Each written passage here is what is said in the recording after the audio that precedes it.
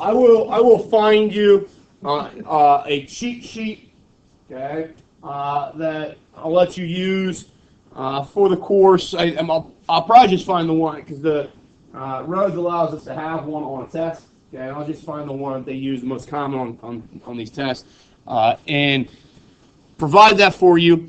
But right now, since I don't have one for you, I found one online. I just Googled trig cheat sheet and clicked on the first link I believe that showed up. But I think it's a good idea as you guys are doing these types of questions to have in front of you all of these identities and relationships that exist that we're going to talk about. And these things are going to be what we talk about for the rest of the year. Okay, all of these formulas. So obviously right now we haven't talked about too many of them. But if I were you, when I give you this, I'll just email you the PDF later. I would go through and every time that we learn one of these, I'd highlight it. So then when I'm in my homework, I know that the highlighted ones are the ones that I should probably be looking at and using. Does that make sense? Okay. And eventually we'll have the whole thing highlighted. When you open up any calculus book, get you one here.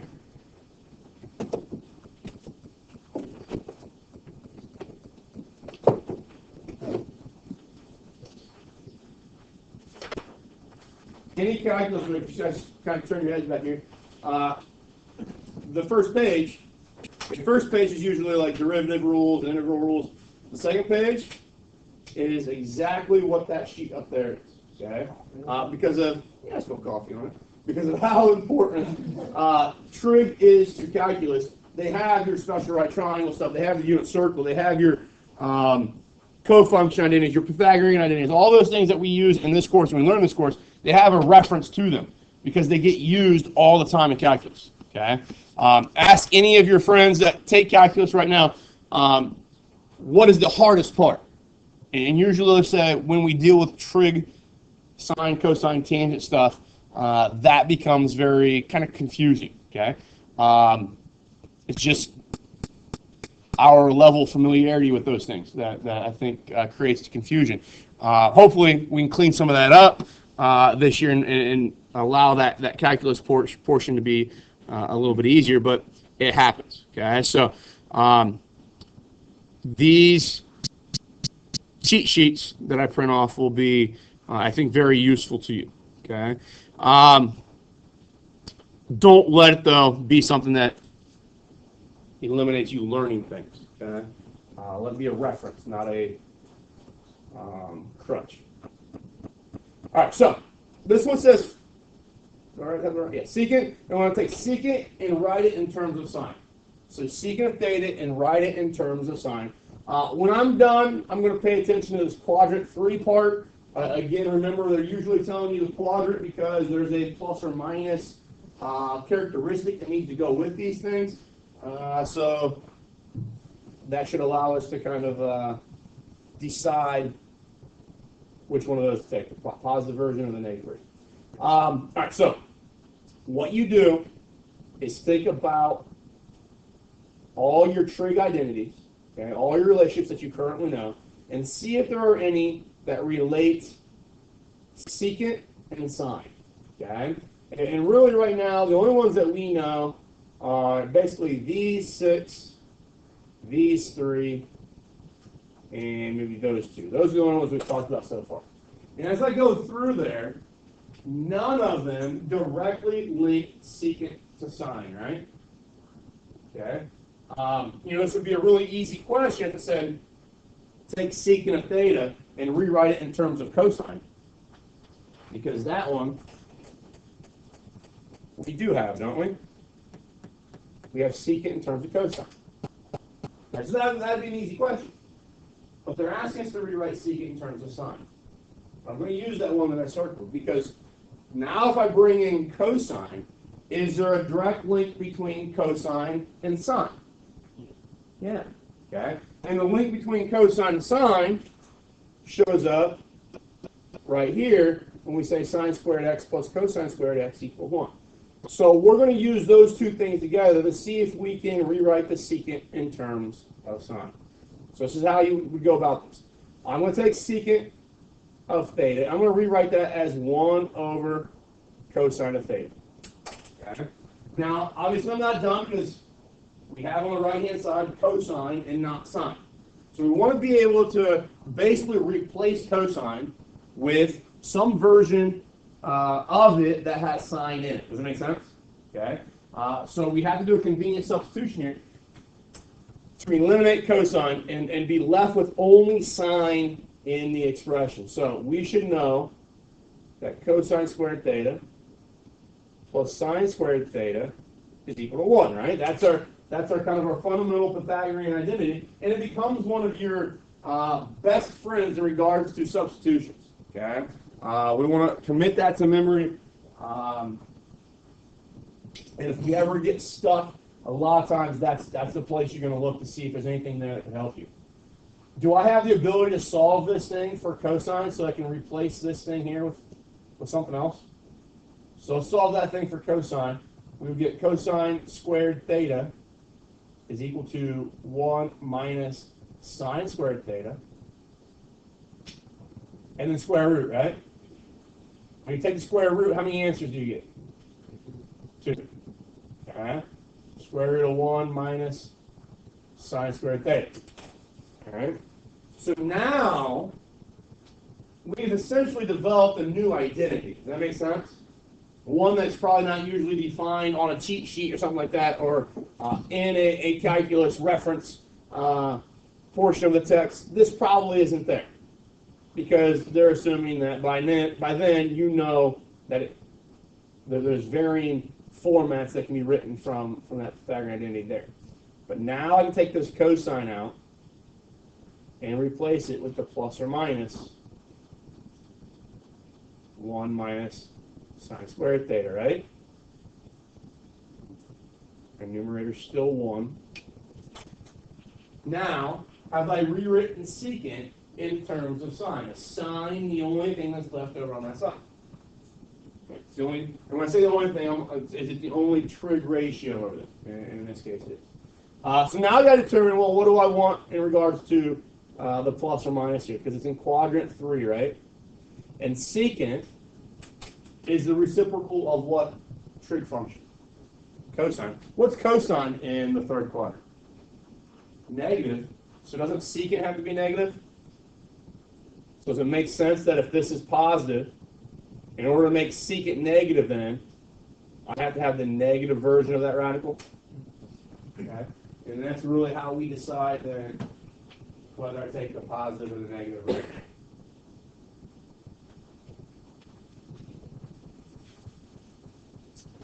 Is that all right?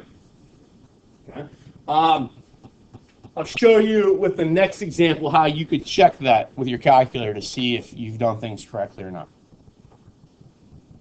I think the next one, yeah, the tangent one. Okay. This one here says write the trig function tangent in terms of cosine, but now in quadrant 4. And it looks like everybody got the same question here, except for they varied your quadrant. That's what you see at quadrant 4 is red. So everybody's got the same tangent theta, cosine theta. So you'll see this in your homework. Hope if you write down now, you can just implant that in, but pay attention to your plus or minus. So we want to see, is there an identity that relates tangent and cosine? So I jumped to that cheat sheet, okay, and then hopefully, like I said, as the more you use this cheat sheet, the less you have to use it. Does that make sense? And the more some of this stuff becomes second nature and just common knowledge to you. But would you agree that that is a ratio, or that is a identity there that relates tangent and cosine? All right. But what else is in there? Sine. Okay, so that's a problem, because now tangent is not written in terms of cosine. Tangent is being written in terms of sine and cosine. Okay? But it's a start. Tangent theta is equal to sine theta over cosine theta. So here's the game we play. We first find out a link between them. But that link has extra stuff in it. It has that sine of theta in it.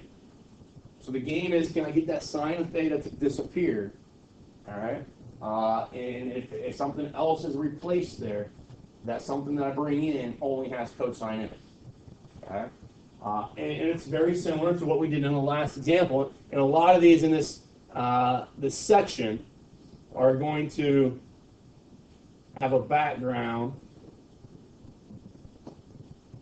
or have usage of that thing there, that background in it, okay? Because can I now solve for sine of theta in that? Okay, when I solve for sine of theta, we'll subtract cosine from both sides, right? Or cosine squared from both sides, and then I'll square root. So that's what sine of theta is equivalent to. And what's nice about that, what's the only trig function on the right-hand side of that? I'm going to get the square root. Cosine, right? So when I make the direct substitution, when I get rid of this sine of theta, because now we know it equates to the plus or minus of 1 minus cosine squared theta, I now have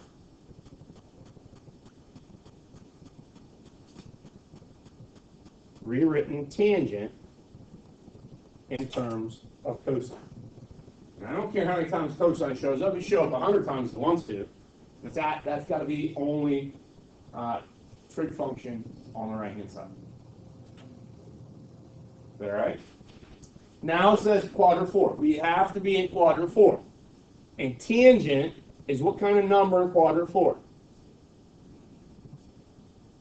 All students take calculus. Tangent's got to be negative in quadrant 4.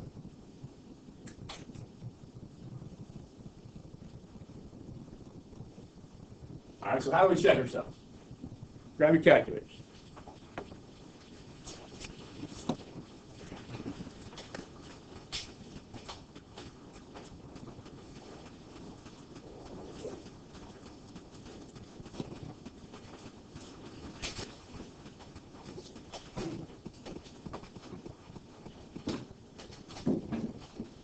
If all the substitutions that we've done are correct, we should be able to take an arbitrary theta, plug it into both sides of that equation, and produce the exact same value both times, right? And this is going to be something, this is going to be a task that I think is useful for you guys as we move on throughout the course. If you struggle with some of your algebra, okay, if you're not recognizing whether you created the right common denominator or something like that, when we get to chapter 7, we start simplifying a lot of these identities like we did at the beginning of the class. You can use your calculator to help you decide whether the approach that you were taking is accurate, if it's a legal algebraic operation or not. Okay, so I think as we get prepared for chapter 7, as we work our way there, we'll take our calculators and try to learn how we can use them as a tool to help us relearn or verify some of our algebra. Okay, so that's kind of what we're doing here. We're basically checking to see if these substitutions that we made were accurate, if they work. Okay. My suggestion to you, because you're just most familiar with this, is to change your information to degrees, change your mode to degrees.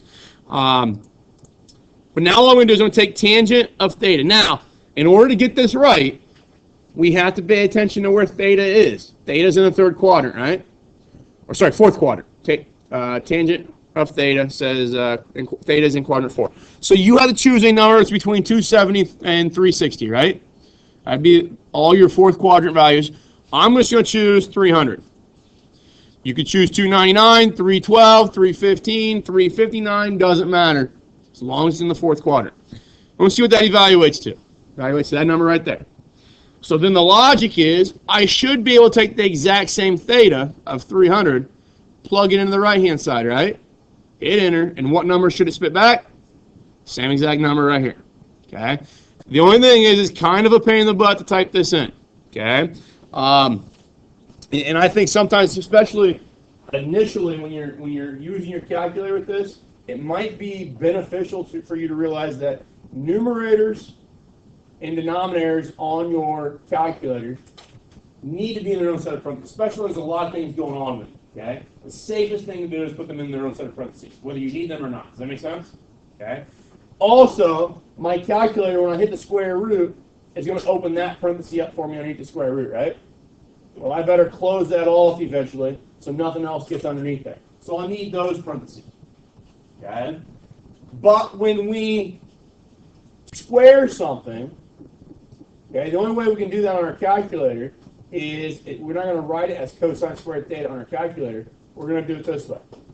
It's going to be parenthesis cosine parenthesis theta parenthesis, and we'll square that. Okay, I know it's kind of hard to see, but that's how many parentheses we need to type in this thing. Okay. Now you can, if you understand how your calculator works, or you're more confident in saying, okay, I'm going to evaluate cosine first, cosine of 300 first, then I'll square that. Let's like second answer and square that. And I'll take 1 minus that answer, that's fine. And then we take that answer, take square root of it, that's fine. You can keep doing it that way.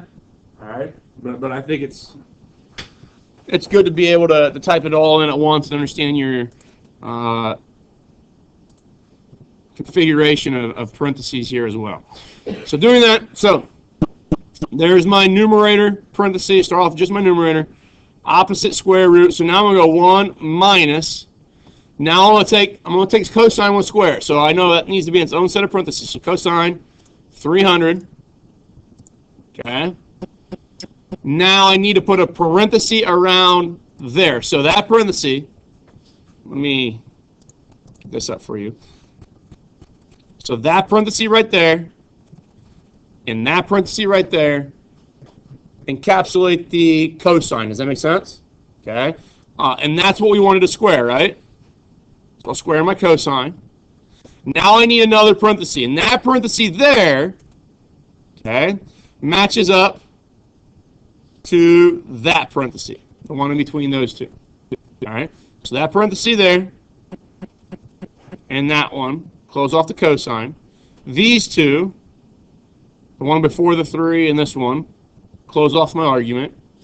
And that one, and the one in between there, close off everything underneath the radical, right? I'm going to put one more in, because that's going to match up with that one. Is that all right with everybody? Just kind of working my way. The easiest thing to do to make sure you got the right parentheses is find the innermost object, the innermost set of parentheses, which is the 300, and make sure you got a front parenthesis and a back parenthesis. All right, and then start working your way out from there. Does that make sense? And just make sure you match up fronts and backs. So now I'm going to divide then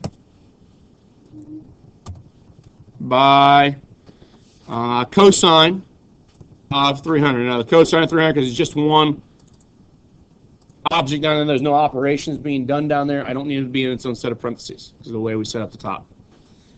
Now if I hit enter, I should get that number back, right? Negative 1.73. Okay. Now it's an identity. Now it's an identity that we've restricted some x values or input values, so they have to be between 270 and 360. But if I take like 324, enter, I get that number back right there, right? We're going to call this one, type in 324, hit enter, I get the same number back, right? So what's nice is that you've done some algebra early on in the problem with theta, a variable that your calculator can't do the algebra with, right? But you go through some algebra, you go through some substitution, and then you pick an arbitrary theta, and you see that with arbitrary thetas, we do end up getting relationships of equality. So that tells you that what you have done with theta is probably accurate. It's probably correct. All right? And I think that's going to be something that you guys can use. If we can develop this skill, it's going to be very, very useful for you in upcoming courses. All right? I don't know how many times, countless times when I was in college, and actually I still do it with my master's courses. If I forgot something or I'm struggling with whether this is something that we're allowed to do, I just grab my calculator real quick and start trying to manipulate things with my calculator and see if I get results back that are equivalent or results back that make sense based on the relationships that have been provided, and kind of muddle my way through that problem using my technology. Does that make sense? And if you can do that, then hopefully that builds then on your understanding, and eventually you learn the material. this question here is one of those where it's asking the inverse and then the sine or cosine of something. So I want to do a couple of these and then see how we can change the question so that we're not using just specific values. Okay, so here, kind of walking you through, this is one of the initial ones where they walk you through step by step what you need to do for these questions. And then the next couple, they just give you, it just says find sine, cosine inverse, and 9/41st. They don't walk you through it, but what we want to do is we always want to put our triangle that they're talking about here in standard position. The triangle legitimately could be anywhere it wants to be in the coordinate plane, orientate any way it wants to be. It's just so much more convenient if it's located 0, 0 in standard position. We're going to get the right plus or minuses back and all that kind of stuff. Okay, it just makes things easier. So I position my triangle, even though this triangle here that they provide you didn't necessarily look like it was in standard. They didn't put the axes in. I'm going to do that. So that the theta that we talk about, the theta that we're interested in, is that theta that we've been dealing with for going on 3 or 4 weeks now. Okay? We know that if we're going to use sine, cosine, tangent, or their inverses, we have to have a right triangle. That's what we got there. And when we have these phrases that say something like sine of cosine inverse of 9/41st, okay? When we evaluate these things, we always go from the inside out. Okay, so that is the innermost function right now, right? Cosine inverse. In the 9/41st, remember when you take the inverse, and all inverse is the input, okay, which is our argument of 9/41st here, is a ratio, correct? It's a ratio of side lengths. All right, and cosine is the adjacent side, so that 9 is your adjacent side, over hypotenuse, so the 41, your hypotenuse, right? So 9/41. Right? And that's really what cosine inverse of 9/41st is giving us. It's giving us that picture, okay? Now, if we type that in our calculator, I think it gives you like 70-something back as an angle, in the ballpark of 70. We'll talk about that in a moment. What we can do with our calculator to look at this stuff. But really what we're doing here, the reason we want this stuff in green is because in a right triangle now, can I take the hypotenuse squared minus this side squared? Can I take the square root of that to get this distance over here? So Pythagorean theorem, about 41 squared, I think it gives you 1681. Okay? Well, 1681 minus 81 is 1600, right? Square root of 1600 is 40. Okay. Is that doable? So now we have everything that cosine inverse of 9/41 tells us everything we need to know about theta. So when we ask what is the sine of theta, what is the sine of theta in this case? What's opposite of our hypotenuse here? 40/41. Okay? And I'm thinking about what our calculator is doing here, guys. If we do this, if I just ask the calculator to find cosine inverse of 9/41. Cosine inverse of 9/41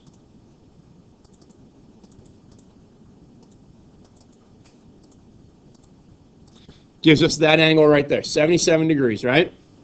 Okay.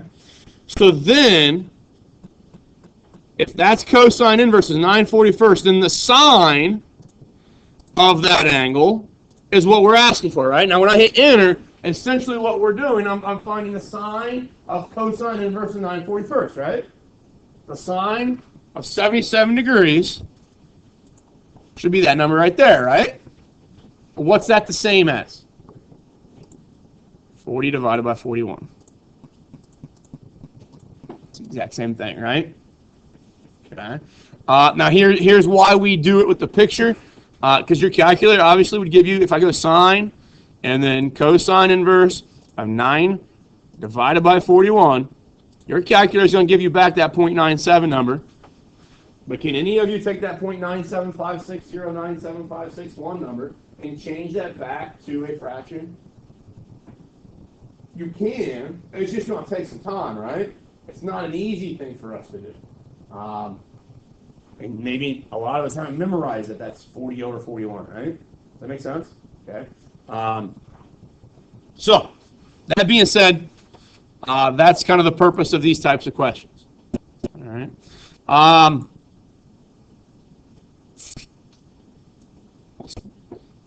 This one's the same idea.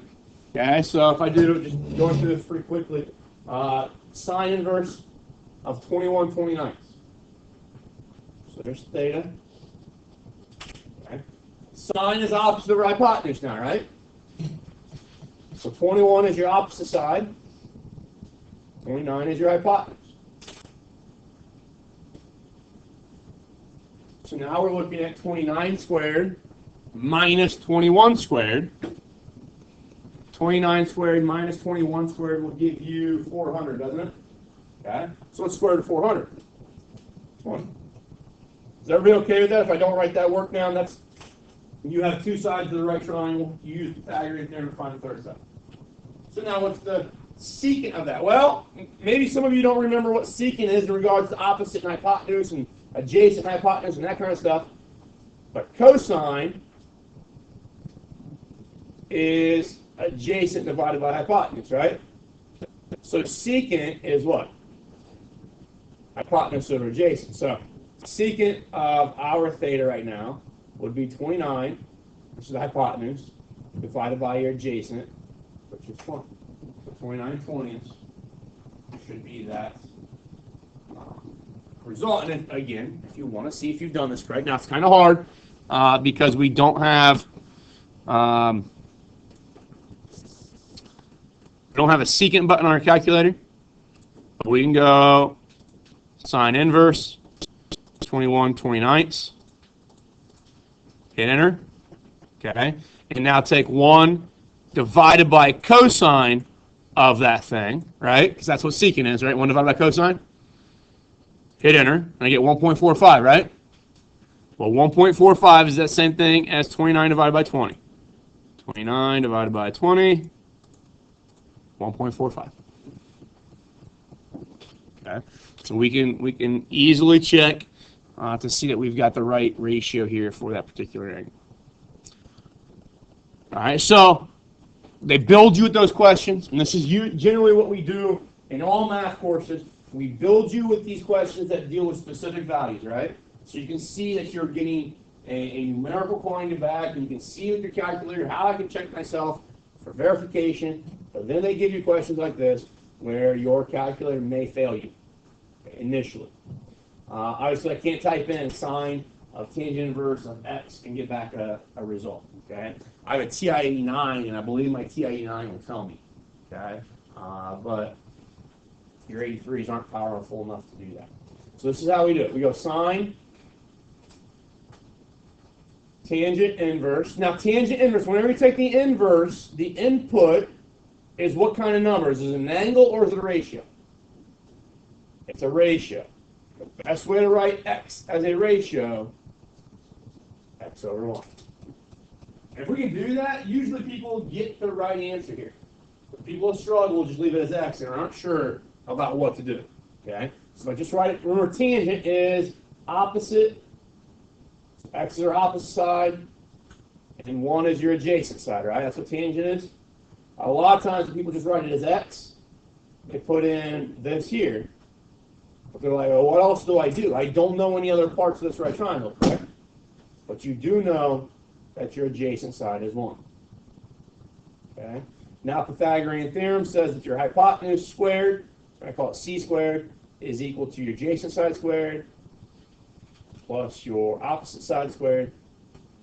And if I want to take the square root of that, which I do, that distance there should be square root of 1 plus x squared, right?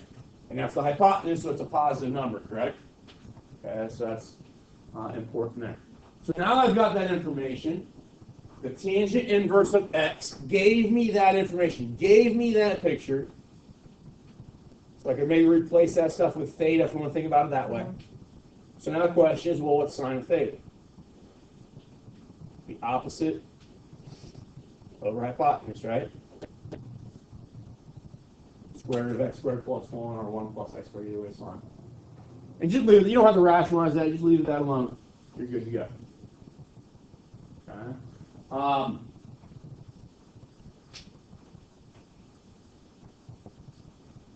Someone new?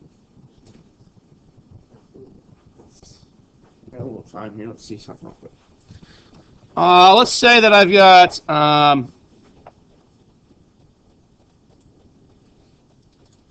you got to have a little bit of knowledge of maybe some triangles here to be able to do this.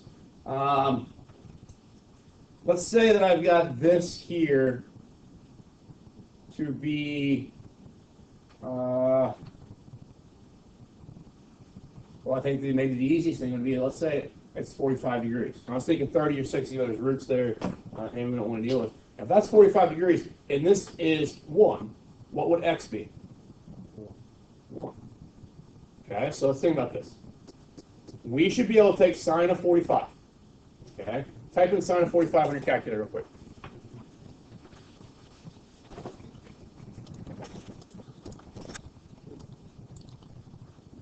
Sine 45 gives me that number right there, right? All right, so that number should be able to be reproduced. Okay, because I just now let x be 1 right there, right? This is a 45-49 triangle. We all realize that that's 1. Okay, if x is 1 there, isn't it 1 right here? And then isn't it 1 over in these two things? So let's do this. Let's take x being 1 divided by now the square root of 1 squared plus 1. And what's that give me? Gives me a sine of 45, doesn't it? Okay. Now, we could do that with other measurements other than 45. 45 is just the easiest one. Okay. Say if we did it with 30. Okay. If we did it with 30, this would be, remember this is my inside, right? Okay, so I have, and this would be my n radical 3 side. So I need to figure out what n is. It would be, this would be radical 3 over 3. It's really hard to make x radical 3 over 3, but we could do it. If I just type, using my functions on my calculator, type in root 3 divided by 3, store that as x. Okay. Now, if I hit sine of 30, we all know sine of 30 is what? 0.5? That should be hopefully eventually common knowledge. But I should be able to get the same 0.5 now if x is this radical 3 over 3. So I'm going to take x divided by the square root of x squared plus 1, and that should give me back 0.5. Okay. So those are really nice things for us to be able to do, because essentially our angle is being defined through the use of just that distance there, right? So now if I just know that distance, and maybe I know that distance is going to maybe be changing here soon, okay? I can now find that angle measurement, that ratio of theta, I guess, through just the use of x and comparing x divided by the square root of x squared plus 1, which is a nice thing for us to be able to do later. Okay, if we have functions that are based or determined off of one variable, those are a lot easier to deal with than functions or equations that are based off of 2 variables, right, or 3 variables. Okay, so that's a very, very nice concept to kind of be able to deal with.